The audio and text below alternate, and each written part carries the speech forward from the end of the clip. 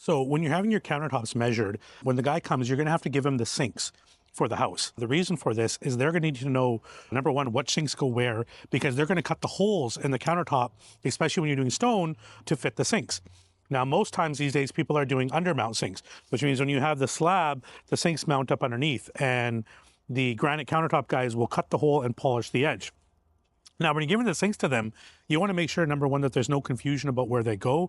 And number two, just for your own fact checking, you should double check what sinks are going to be where. So I'm over at my plumbing supplier and I'm picking up the sinks. So what I'm going to do is I'm going to go drop these off to the countertop guy. But let me show you a little trick that I do. These are the sinks that we're going to be using. So we're using these Kohler sinks throughout the house.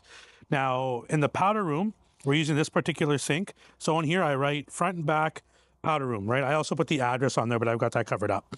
Over here, we're using this other sink. This is a very common sink, Caxton. So here I've got in the front unit, we're using 2 inside the master. Then in the attic bath, we're using 1. And in the back unit, where you only have 1 in the master and the attic bath.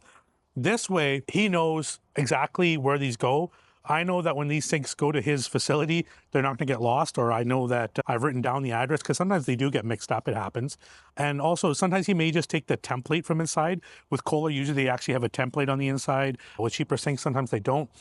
If he does just take the template, I'll do the same thing. I'll write the information on the template. I want the address. I want all the locations that sink is used. The reason for this is it really cuts down on confusion. What he'll also do, which I will let him do, is he's going to write down, number one, the faucet, how many holes is it? Is it a single hole? Is it a triple hole? Also, on the template, we'll draw basically a copy of the countertop that we're going to do and write the location of the faucet. Do we want it centered behind the sink? Do we want it offset on an angle, or do we want it off to the side? Sometimes you can do different decisions when it comes to your countertop design, but just a small little trick.